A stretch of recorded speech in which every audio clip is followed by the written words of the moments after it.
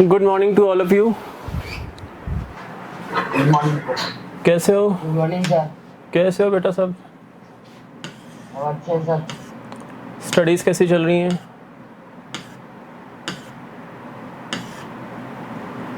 I asked. चल रही है। बढ़िया चल रही हैं। And other activities what sir अब? वो भी वैसे ही चल रही है जैसे पढ़ाई। अच्छा, वेरी गुड बेटा। स्टडीज़ के साथ अदर एक्टिविटीज़ में भी इन्वॉल्व रहना ज़रूरी है, ठीक है ना?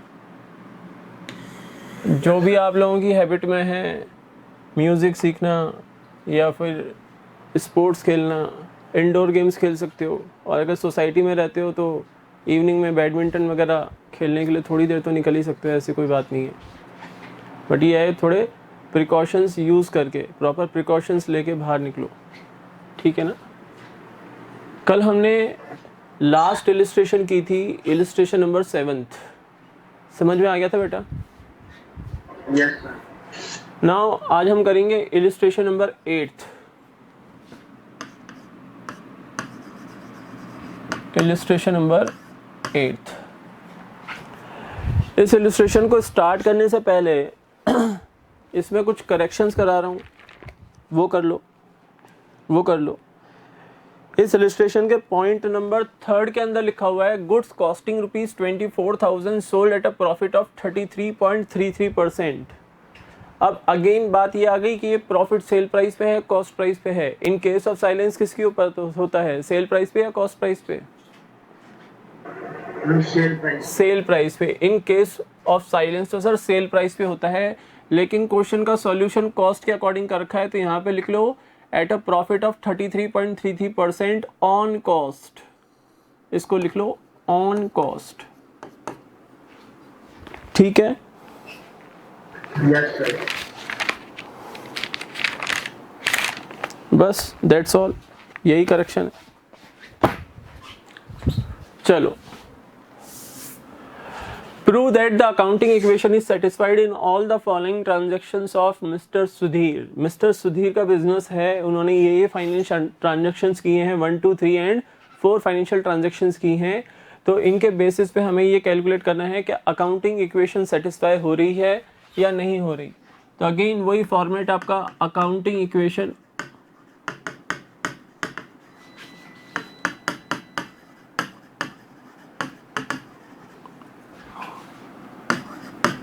assets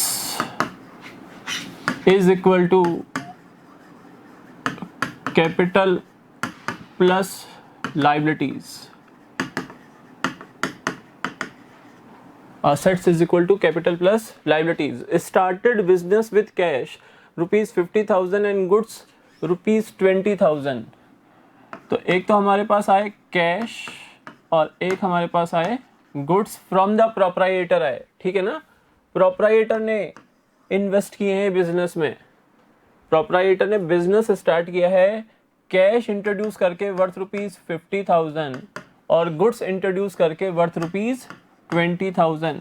तो बताओ उसकी कैपिटल कितनी हो गई? 70,000। Yes sir. ठीक है ना? कुछ कैपिटल तो लाया है इन कैश, ये तो लाया है इन कैश और ये लाया है इन काइंड। ये पढ़ा था हमने बेसिक अकाउंटिंग टर्मिनोलॉजी के अंदर, ठीक है ना? इक्वेशन बना लो।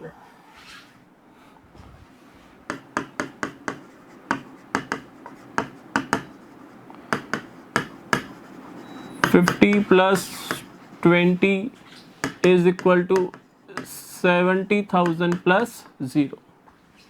Now transaction number 2. Bought goods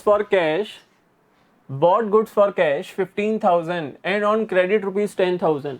15,000 के गुड्स कैश बेसिस पे परचेज किए हैं और 10,000 के गुड्स क्रेडिट बेसिस पे परचेज किए हैं। तो पहले तो 15 + 10 25,000 के गुड्स परचेज किए, तो गुड्स के अंदर तो 25,000 ऐड करेंगे। अब 15,000 के गुड्स कैश बेसिस पे परचेज किए, तो कैश में से रिड्यूस कर दो, कैश आउटफ्लो हो गया। इनफ्लो यानी बिजनेस में कैश का आना, कैश आउटफ्लो मीन्स बिजनेस से कैश का बाहर जाना। गुड्स अंदर आए, कैश बाहर गया, और 10,000 के गुड्स क्रेडिट बेसिस पे परचेज किए, तो हमारे रेज हो गए क्रेडिटर्स। क्रेडिटर्स में ऐड कर दो 10,000, लायबिलिटी हमारी रेज हो गई। ठीक है, Yes.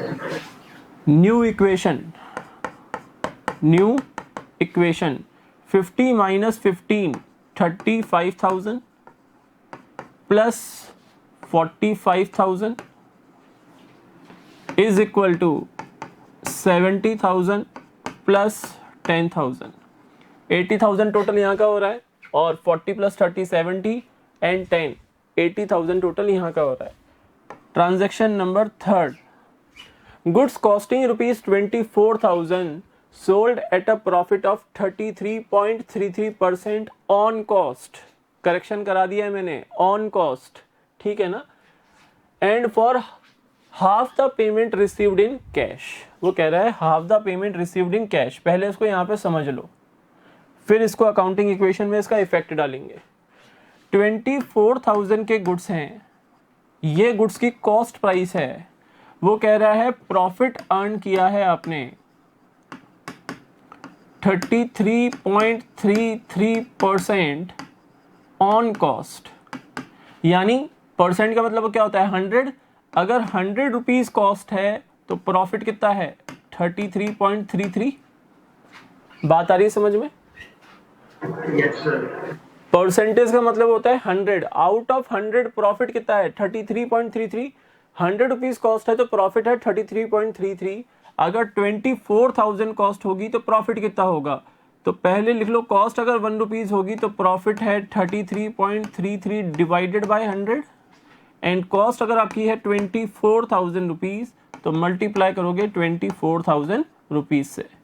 कट कर लो, ये 3 हो जाएगा, और 3 से इसको कट करोगे तो 8,000 आपका प्रॉफिट आ जाएगा। बोलो, बात आ गई समझ में? Yes, sir. 8,000 हमारा क्या है प्रॉफिट, ये हमने कैलकुलेट कर लिया। अब कॉस्ट प्राइस थी आपकी 24,000, प्रॉफिट है 8,000, प्रॉफिट है आपका 8,000, तो सेल प्राइस कितनी हो जाएगी? सेल प्राइस 32,000 हो जाएगी सेल प्राइस। कॉस्ट में प्रॉफिट ऐड करोगे तो सेल प्राइस आ जाएगा। Yes, sir. अब आगे वो ट्रांजैक्शन में कह रहा है कि सेल प्राइस का हाफ कैश में रिसीव हो गया, तो 32,000 का हाफ 16,000 तो आपको कैश रिसीव हो गया, और जो हाफ रिसीव नहीं हुआ यानी वो गुड्स आपने क्रेडिट बेसिस पे सेल आउट किए, यानी वो हमारे डेटर्स रेज हो गए। बोलो, समझ में आया? Yes, sir. पांडे जी, अंशुल पांडे जी, समझ में आ गया बेटा? Yes, sir. कहीं कोई डाउट हो तो इमीडिएटली बोल देना, क्लास के अंदर कोई शर्म करने की जरूरत नहीं है, ठीक है ना। क्वेरीज के मामले में कोई शर्म करने की जरूरत नहीं है। ये मत सोचना अदर स्टूडेंट्स क्या सोचेंगे, सर क्या सोचेंगे। अरे तुम लोगों के लिए ये सब्जेक्ट बिल्कुल नया है, तो यहाँ पर कोई भी शर्म करने की जरूरत नहीं है। क्वेरीज किसी भी लेवल की पूछो, और क्लास में ढेर सारी गलतियां करो, यहाँ तो करेक्शंस हो जाएंगे। फिर तुम्हारे अब यूनिट टेस्ट होने वाले हैं, वहाँ पर अगर मिस्टेक्स करोगे तो वहाँ पर कोई करेक्शन नहीं हो पाएंगे, वहाँ तो फिर आपका रॉन्ग आंसर पे मुझे मार्क्स काटने ही पड़ेंगे। तो बेटर है ना गलतियाँ क्लास में कर लो, ताकि उनको मैं करेक्ट करा दूं, और आपको अपनी गलती पता लग जाएगी कि किस चैप्टर में आप किस पॉइंट में मिस्टेक्स कर रहे हो। उन्हीं पॉइंट्स को आपको आइडेंटिफाई करके आगे मेहनत करनी है, क्योंकि रिमेनिंग चैप्टर तो आप बिल्कुल सही कर रहे हो। यस और नो, बात आ रही है समझ में? Yes, sir. तो अब मुझे बताओ 24,000 के गुड्स हमने सेल किए थे कॉस्ट के, तो गुड्स में से 24,000 लेस कर दो, ठीक है ना। सेल किए 32,000 में, जिसमें से 16,000 कैश और 16,000 डेटर्स, तो कैश के अंदर 16,000 ऐड कर देते हैं, क्लियर। और असेट्स के अंदर हम डेटर्स और बना लेते हैं कॉलम, डेटर्स कॉलम और बना लिया हमने, और डेटर्स कॉलम के अंदर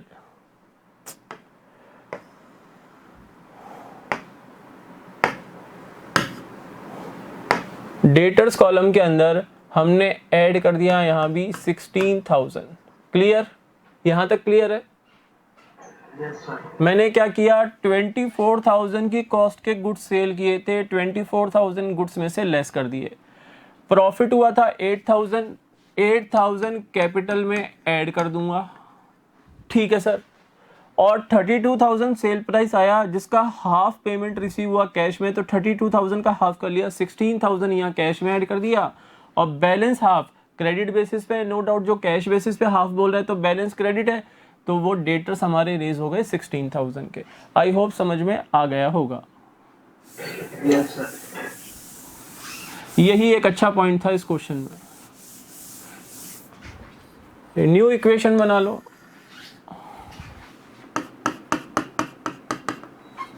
$35 + 16 51,000 प्लस ये हो गया आपका 21,000 plus 16,000 is equal to 78 plus 10, तो 88,000 टोटल यहाँ पे हो रहा है। 50 + 20 70 प्लस 10 88,000 यहाँ पर हो रहा है। Now transaction number 4th, purchase furniture for office use 6,000 and for household use of Sudhir ₹4,000। हमने फर्नीचर परचेज किया है, ऑफिस यूज के लिए परचेज किया, तो फर्नीचर हमारी असेट है। क्लियर है? Yes, sir. ऑफिस यूज के लिए परचेज किया तो फर्नीचर हमारी असेट है। और अगर सुधीर ने अपने हाउस होल्ड पर्पज से अगर फर्नीचर परचेज किए तो वो क्या है, ड्राइंग्स इन काइंड है, वो तो सुधीर की ड्राइंग्स हो गई, इन काइंड हो गई। इन काइंड का मतलब बिजनेस के फंड्स को यूज करके सुधीर ने कोई असेट परचेज की है उसके पर्सनल यूज के लिए। जैसे कल एक क्वेश्चन किया था जिसमें हमने मोटर बाइक परचेज की थी फॉर पर्सनल यूज, तो मैंने बताया था तुम लोगों को कि ये ड्राइंग्स हैं, क्योंकि ये मोटर बाइक बिजनेस पर्पस के लिए परचेज नहीं की गई, ये ओनर ने अपने पर्सनल पर्पस के लिए परचेज की है। बात आ रही है समझ में? Yes, sir. तो 6,000 का तो फर्नीचर यहां पर ऐड कर लो और टोटल ड्राइंग्स, एक मिनट, हाँ जी, तो 6,000 का तो फर्नीचर यहां पर ऐड कर लो और बैलेंस जो 4,000 का फर्नीचर है वो तो ड्राइंग्स हैं, तो ड्राइंग्स हैं तो कैपिटल में से लेस कर लो 4,000। क्लियर है? और मुझे बताओ टोटल फर्नीचर कितने का परचेज किया, 10,000 का, तो 10,000 तो बिजनेस फंड्स में से पेमेंट किया ना, तो कैश में से 10,000 लेस कर लो, कैश में से 10,000 लेस कर लो। आई होप बात समझ में आ गई होगी। Yes, sir. अब आपके पास आ गई फाइनल इक्वेशन।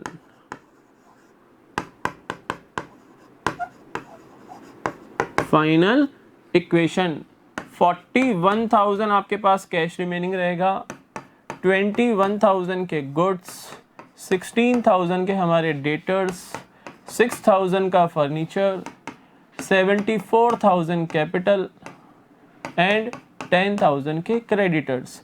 टोटल यहाँ का लगाते हैं 84,000 आता है और यहाँ का भी टोटल लगाएंगे तो 84 ही आना चाहिए। 40 + 20 60, 70 76 82 83 84। ये लो, ये हो गया आपका क्वेश्चन। बेटा यूनिट टेस्ट आप लोगों के 10 मार्क्स के होंगे, 40 मिनट्स का टाइम ड्यूरेशन होगा यूनिट टेस्ट का। और हमने इस मंथ में जो जो चैप्टर्स पढ़े हैं, एक तो हमने पढ़ाया था आपको meaning and objectives of accounting, basic accounting terms and accounting equation. ये वो चैप्टर है जिसमें से प्रैक्टिकल पोर्शन आएगा आपके यूनिट टेस्ट के अंदर, ये वो चैप्टर है जिसमें से प्रैक्टिकल पोर्शन आएगा। तो मैंने आप लोगों को पहले ही अलर्ट कर दिया था कि इस चैप्टर की क्लासेस को स्किप मत करना, बोला था या नहीं बोला था? Yes, sir. बोला। हाँ, तो अब जिस बच्चे ने स्किप किए हैं क्लासेस, दैट बॉय और गर्ल इज इन प्रॉब्लम। अब वो प्रॉब्लम में है क्योंकि यूनिट टेस्ट की डेट्स जल्दी से ही डिक्लेयर होने वाली हैं और अभी तक वो फैसिलिटी आपको मिली नहीं है कि आप इन वीडियोस को रिविजिट कर सको। अभी वो ऐप डेवलप हो रहा है, आप लोगों को एक्सेस मिलेगा इन क्लासेस का, अगेन आप देख सकते हो बार बार इन क्लासेस को, लेकिन अभी वो ऐप इन प्रोसीजर है, फाइनल नहीं हुआ है, क्लासेस अपलोड होना बाकी है। ठीक है ना सर? इन क्लासेस को हम वापस भी देख सकते हैं? हाँ, आप लोगों के लिए ही तो रिकॉर्ड हो रही हैं, और किसके लिए रिकॉर्ड हो रही हैं? अगर मान लो ये कॉन्सेप्ट या ये क्वेश्चन आप लोगों को समझ में नहीं आया और आप वापस देखना चाहते हो क्लास, तो ऐप के थ्रू आप लॉग इन करोगे और क्लास वापस देख सकोगे।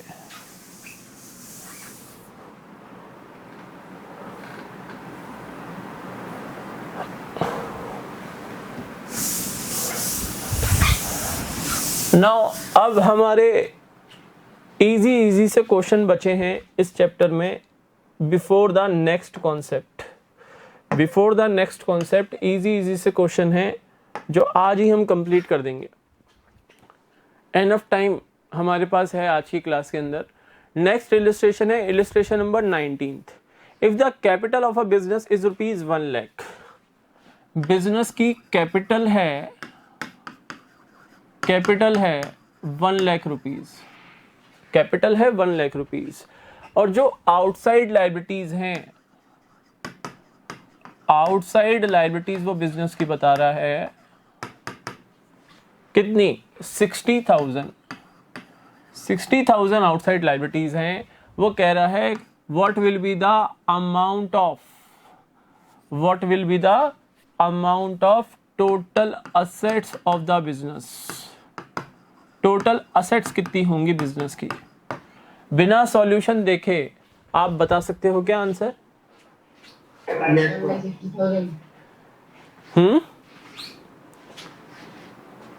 बोलो 1,60,000। ये तो आपने डायरेक्ट मुझे आंसर दे दिया, इसको प्रेजेंट कैसे करोगे आंसर को? आप लिखोगे देखो, समझो कैसे लिखेंगे हम एग्जाम में। As we know that as per accounting equation total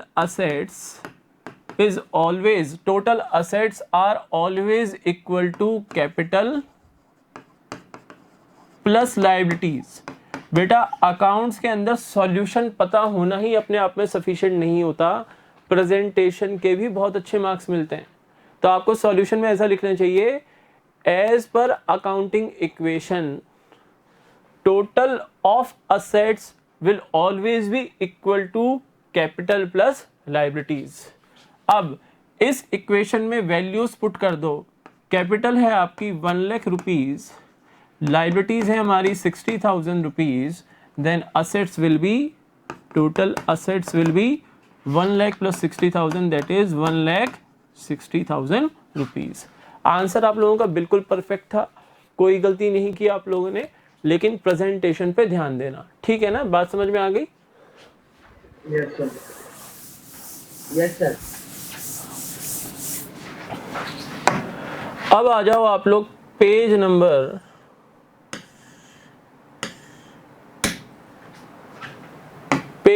6.16 पे आ जाओ बच्चों। हाँ बेटा बोलो, क्या कह रहे हो?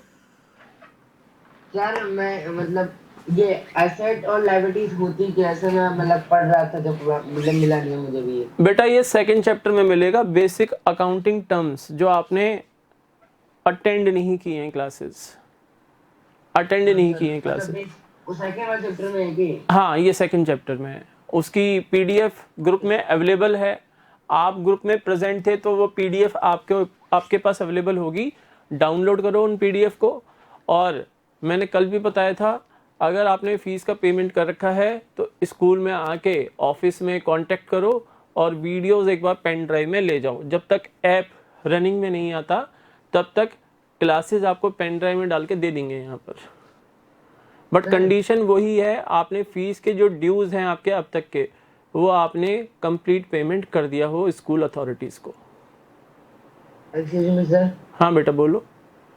मैं ये बोलना चाह रहा हूँ, जो पहला और दूसरा सेकंड चैप्टर आपने कराया है उसमें मतलब ऐसे इक्वेशन टाइप की कोई क्वेश्चन नहीं थे, खाली थ्योरी टाइप की। वो थ्योरेटिकल चैप्टर्स हैं, लेकिन बात वो है कि फर्स्ट चैप्टर की नॉलेज वो तो इतनी मस्ट नहीं है, वो तो फिर भी चल जाएगा। मतलब कि प्रैक्टिकल चैप्टर्स में फर्स्ट चैप्टर का कोई लिंकेज नहीं है। यस और नो वरुण, फर्स्ट चैप्टर का कोई लिंकेज आया अभी तक प्रैक्टिकल क्वेश्चंस में? No sir. नो सर, कोई लिंकेज नहीं आया। लेकिन जो बेसिक अकाउंटिंग टर्म्स हैं, जो अकाउंटिंग टर्मिनोलॉजी चैप्टर है, if you don't know what is the meaning of assets, what are liabilities, different types of liabilities, non current liabilities, current liabilities, about different types of assets, तो फिर आपको जो हम आगे आने वाले जो प्रैक्टिकल चैप्टर्स होंगे, जैसे ट्रांजैक्शंस पढ़ेंगे, जर्नल एंट्रीज पढ़ेंगे, हम लेज़र पोस्टिंग पढ़ेंगे, वहाँ पर फिर आपको प्रॉब्लम आएगी। तो सेकंड चैप्टर के वीडियोस स्कूल से ले जाओ और पढ़ना स्टार्ट कर दो। कल ही संडे है, अगर आज स्कूल विजिट करके पेन ड्राइव में आपको वो क्लासेस मिल जाती हैं, तो मेरे ख्याल से 4 या 5 क्लासेस हैं अकाउंटिंग टर्मिनोलॉजी के ऊपर, वो आप कल बैठ के कंप्लीट कर सकते हो क्लासेस।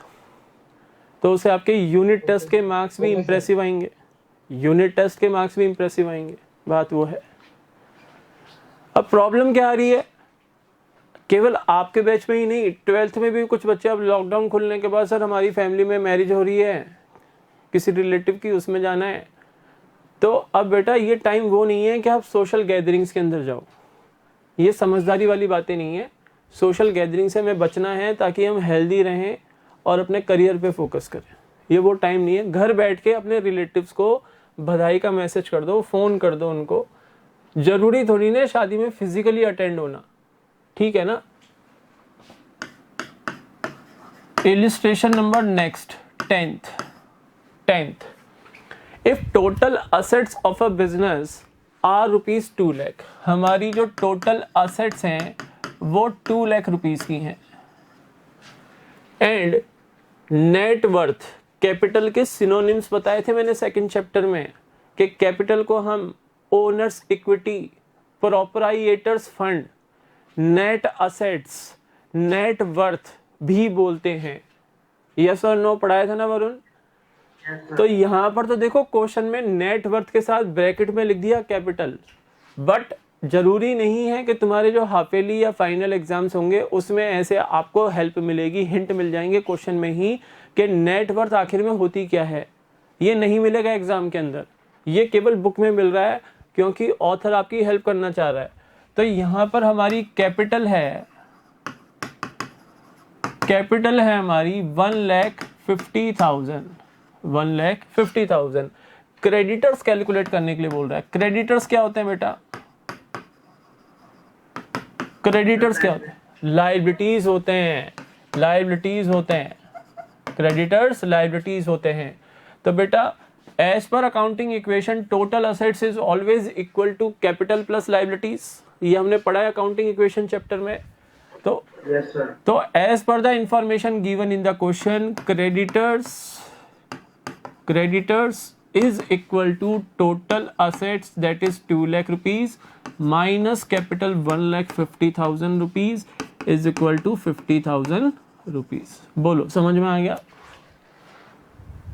Yes sir. सर आपने किया क्या? मैंने लिखा assets is equal to capital plus liabilities। liabilities हमें निकालना है, कैपिटल को मैं लेफ्ट हैंड साइड में शिफ्ट करके ले आया, तो assets minus capital is equal to liabilities. बस यही तो किया है। Next question, illustration number 11th। A commenced business on April 1st 19। Mister a ने बिजनेस कॉमेंस किया है 1st of April 2019 को with a capital of rupees 5 lakh. इस डेट पे इसकी कैपिटल थी 5 lakh rupees, 5 lakh rupees. On 31st March 2020, बोलो ये यहाँ पर ईयर एंड हो रहा है ना, 31st March 2020 को, तो 31st March 20 को तो ईयर एंड हो रहा है। उस डेट पे ये बता रहा है कि ऑन 31st March 2020 बिजनेस की असेट्स हैं, बिजनेस की असेट्स हैं 7,80,000, असेट्स हैं 780, और बिजनेस की लायबिलिटीज हैं, बिजनेस की लाइबिलिटीज है 70,000, यानी हमें ओपनिंग कैपिटल गिवन है at the beginning of the year, capital investment कितना था बिजनेस में वो हमें गिवन है, और at the end of the year हमें असेट्स और लाइबिलिटीज की वैल्यूज पता है। वो कह रहा है क्वेश्चन में, अंडरलाइन करना कि क्वेश्चन में हमें करना क्या है, find out his closing capital.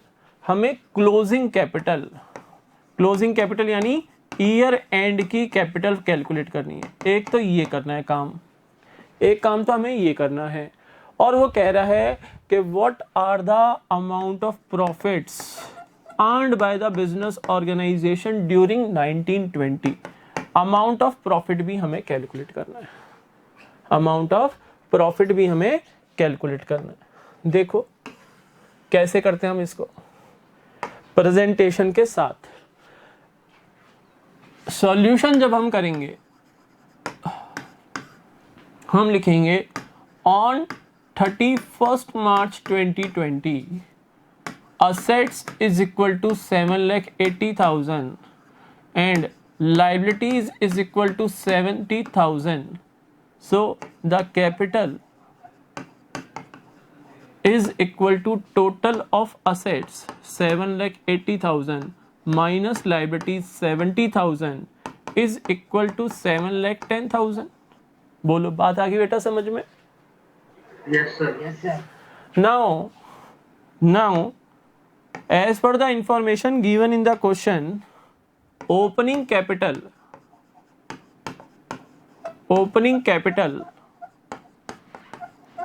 is equal to 5 lakh and closing capital we have already calculated 7,10,000 above. ठीक है ना? ठीक है। Yes. अब ड्यूरिंग द ईयर क्वेश्चन में ऐसी कोई इंफॉर्मेशन नहीं है कि ड्यूरिंग द ईयर प्रोप्राइएटर ने कोई एडिशनल कैपिटल इन्वेस्टमेंट की, ऐसा तो कुछ इंफॉर्मेशन नहीं है ना कि 5 लाख तो ओपनिंग कैपिटल थी, ड्यूरिंग द ईयर कोई एडिशनल कैपिटल इंट्रोड्यूस नहीं की, और ना ही प्रोप्राइएटर ने कोई ड्राइंग्स की हैं, ना ही प्रोप्राइएटर ने ड्यूरिंग द ईयर कोई ड्राइंग्स की हैं। तो भाई 5 लाख रुपीज से आपकी कैपिटल ईयर एंड में हो गई 7,10,000। इट मींस जो भी इंक्रीज हुआ है कैपिटल वो ड्यू टू प्रॉफिट है। यस और नो, बात आ रही है समझ में? Yes, sir. Yes, sir. Capital में जो भी इंक्रीज हुआ है वो only and only due to profit है। तो बेटा profit during 2019-20 is equal to closing capital minus opening capital is equal to 2,10,000 rupees। बोलो समझ में आ गया क्या? Yes.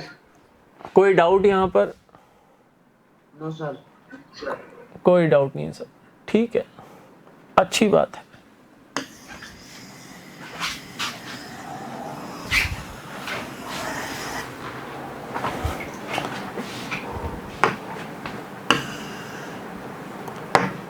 Next question, illustration number 12th, उसका है पार्ट ए। देखो पहले, Surendra Mohan started business on April 1st 19। 1st of April 19 को सुरेंद्र मोहन जी ने बिजनेस स्टार्ट किया। कैपिटल इन्वेस्टमेंट वर्थ रुपीज कितना है? 7,50,000. अरे शाबाश, 7,50,000। इससे मुझे पता लग जाता है कि तुम जस्ट बुक के सामने बैठे हो और क्लास में पूरी तरह से अटेंटिव हो। अटेंटिव रहना अच्छी बात है। क्लैप कर लो एक दूसरे के लिए, ठीक है ना? क्लैप कर लो एक दूसरे के लिए। तो सुरेंद्र मोहन ने बिजनेस स्टार्ट किया 1st of April 19 को with a capital investment of rupees 7,50,000 और साथ में उसने एक लोन भी लिया है। सर लोन किस लिए लिया? 7,50,000 सफिशिएंट नहीं होंगे उसके बिजनेस के लिए, इसलिए लोन लिया। तो and a loan of rupees 2 lakh taken from PNB यानी पंजाब नेशनल बैंक से उसने 2 लाख रुपीज का लोन लिया। तो ये तो भाई उसकी कैपिटल है, और ये क्या है? लोन। सर ये तो लायबिलिटी है। yes or no? Yes, sir. Loan from Punjab National Bank, that is PNB, is a liability. On 31st March 2020, 31st March 20 को his assets were rupees 15 lakh. Assets थी बिजनेस की 15 lakh rupees. Sir ये asset Surendra Mohan की है या उसके business की है? मैंने आपको समझाया था कि in case of sole proprietorship business, यानी जो वन मैन बिजनेस होता है, वहां पर अकाउंटिंग पॉइंट ऑफ व्यू से तो बिजनेस ऑर्गेनाइजेशन और प्रोप्राइटर सेपरेट एग्जिस्टेंस रखते हैं. यानी हम अकाउंटिंग कर रहे हैं बिजनेस की बुक्स में, not in the books of Surendra Mohan. ठीक है ना, ये समझाया था मैंने. और अगर लीगल पॉइंट ऑफ व्यू से देखा जाए, sir legal point of view मतलब यानी in the eyes of law, law की आईज के अंदर बिजनेस और सुरेंद्र मोहन एक हैं या अलग अलग हैं? एक हैं. लॉ के आईज में, in the eyes of law, there is no difference between the Surendra Mohan and his business. यानी in the eyes of law Surendra Mohan के बिजनेस का कोई लीगल एग्जिस्टेंस नहीं है, कोई सेपरेट लीगल एग्जिस्टेंस नहीं है. बात आ रही है समझ में? Yes, sir. तो ये जो असेट्स हैं ये बिजनेस की ही हैं. हम अकाउंटिंग किसकी बुक्स में कर रहे हैं? बिजनेस ऑर्गेनाइजेशन की बुक्स में, not in the books of Surendra Mohan. हम बिजनेस ऑर्गेनाइजेशन की बुक्स में एंट्री कर रहे हैं, अकाउंटिंग कर रहे हैं. लेकिन सर बिजनेस तो सुरेंद्र मोहन का ही है ना, तो हम हेडिंग देते हैं in the books of business of Surendra Mohan. In the books of Surendra Mohan लिख लो, या in the books of business organisation of Surendra Mohan, क्योंकि अकाउंटिंग पॉइंट ऑफ व्यू से business organisation is different from Surendra Mohan. I hope clarity हो गई होगी. Yes, sir. पांडे जी समझ में आ गया ना? Yes sir. हाँ, तो आगे पढ़ते हैं. Find out his capital on 31st March 2020. 31st मार्च 2020 को हमें कैपिटल फाइंड आउट करनी है, कैपिटल फाइंड आउट करनी है. एंड प्रॉफिट्स मेड और losses incurred during the year 1920. और हमें या तो प्रॉफिट्स होंगे तो प्रॉफिट्स कैलकुलेट करने हैं, और अगर लॉसेस होंगे तो लॉसेस कैलकुलेट करेंगे. बोलो, क्वेश्चन समझ में आ गया? ए पार्ट. Yes, sir. मुझे बताओ क्वेश्चन के अंदर मुझे एक चीज बताओ तुम दोनों. क्वेश्चन के अंदर क्या इन्होंने पॉइंट नंबर ए में लोन के रीपेमेंट की बात की during the year 1920? No, sir. Answer is no. Loan के रीपेमेंट की कोई बात नहीं की. इसका मतलब इस लोन का ड्यूरिंग द ईयर 1920 रीपेमेंट नहीं हुआ. तो इसका मतलब है ये जो लोन है ये in the closing stage of the financial year भी एग्जिस्ट कर रहा था. बोलो यस और नो. Yes, sir. अगर रीपेमेंट किया होता तो क्वेश्चन में गिवन होता कि during the year 50,000 were repaid to Punjab national bank. फिर हम कहते हैं कि भाई क्लोजिंग बैलेंस ऑफ लोन है 1,50,000. बात आ रही है ना बच्चों समझ में? Yes, sir. अब ईयर एंड में असेट्स हैं 15 लाख की, लाइबिलिटीज हैं 2 लाख की. तो बताओ कैपिटल कितनी हो गई? बताओ ये कैपिटल कितनी हो गई? 13 लाख. अरे शाबाश, अरे शाबाश. असेट्स में से लाइबिलिटीज आपने लेस कर दी, 13 लाख हमारा क्लोजिंग कैपिटल आ गई. Very good, very good.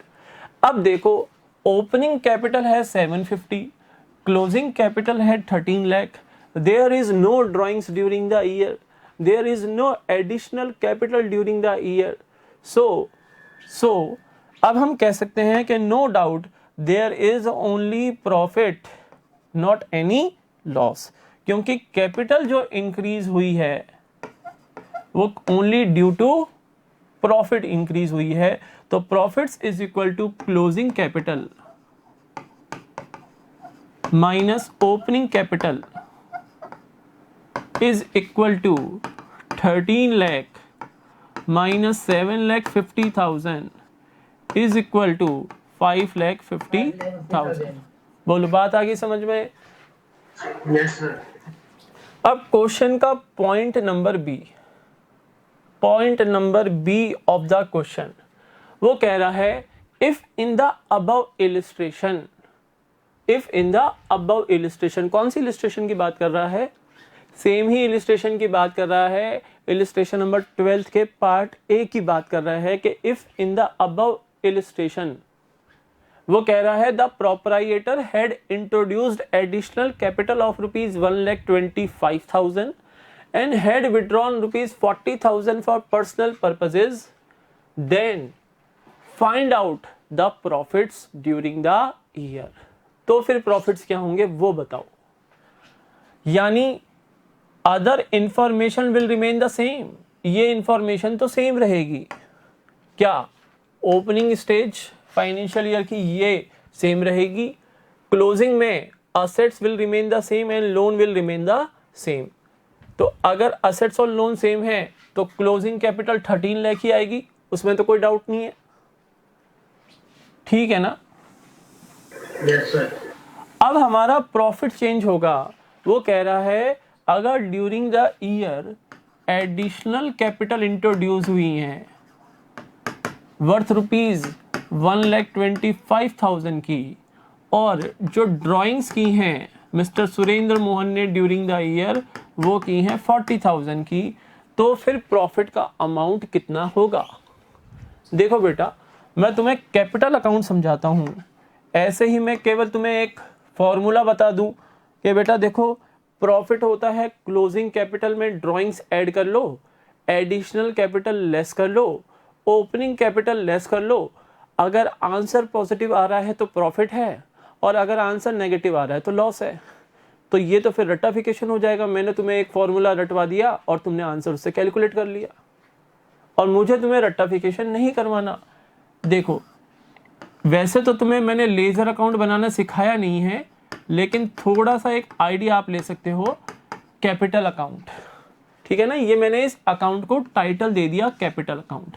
जो लेजर अकाउंट होता है वो टी फॉर्म के अंदर बनता है, टी शेप का बनता है। कैपिटल टी का जो शेप होता है वो टी शेप आपको यहाँ पे दिखेगा। देखो, ये मैं अगर टाइटल हटा दूं तो टी दिख रहा है ना आपको?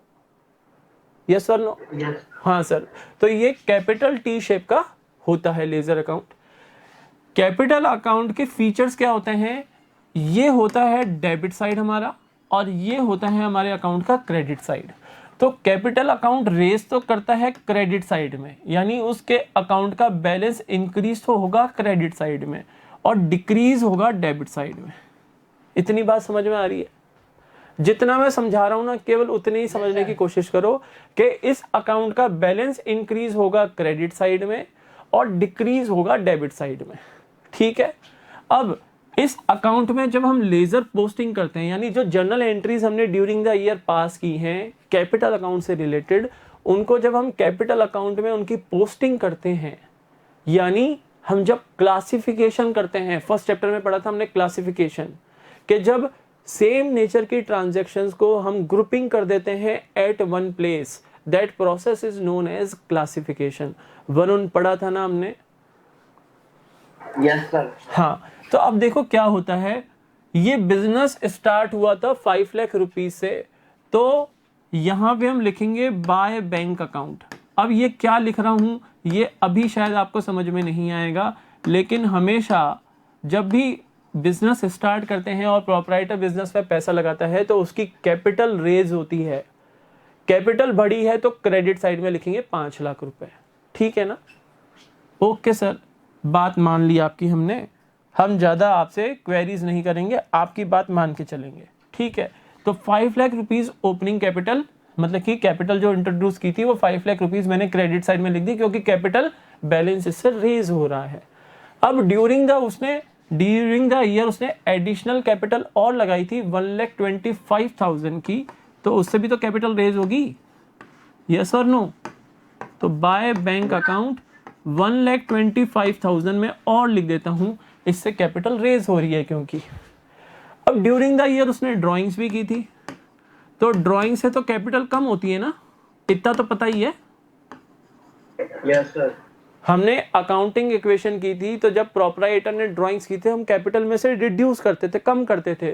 तो ड्राइंग्स में अपोजिट साइड लिखूंगा तभी तो उसकी कैपिटल कम होगी। बात आ रही है समझ में? 40,000 Yes, ड्राइंग्स। अब हमें बताओ क्लोजिंग कैपिटल हमारी कितनी है? 13 लाख रुपीज है ना? यस और no? Yes, sir.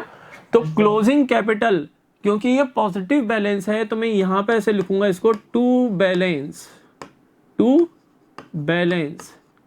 Carried down. Sir ये कैरिड डाउन क्या है?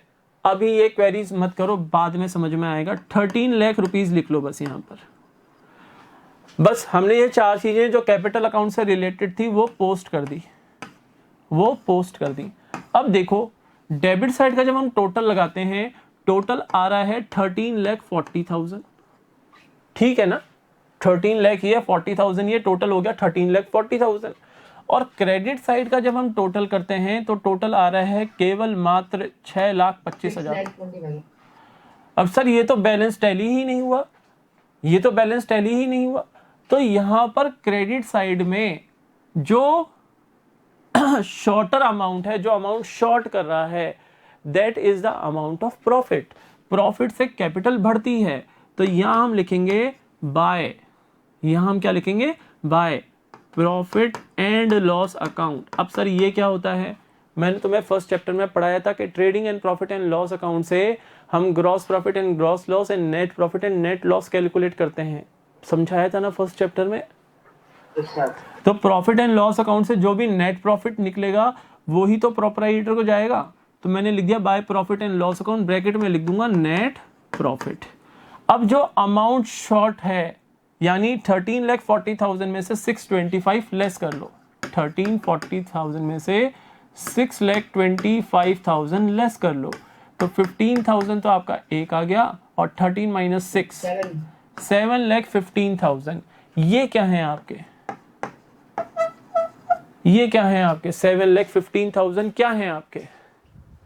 7,15,000 आपके क्या हैं? बोलो। प्रॉफिट। लेकिन सर हमारी तो ओपनिंग कैपिटल 5 लाख थोड़ी ना थी, ये तो हमारी 7,50,000 थी क्वेश्चन में। ठीक है ना? 750 थी ओपनिंग कैपिटल। Yes, sir. देखो 750 थी, हमने 5 लाख लिख रखी थी इसलिए दिक्कत हो रही है। 750 लिखो इसको, 750 लिखो इसको, और फिर ठीक करते हैं क्वेश्चन को।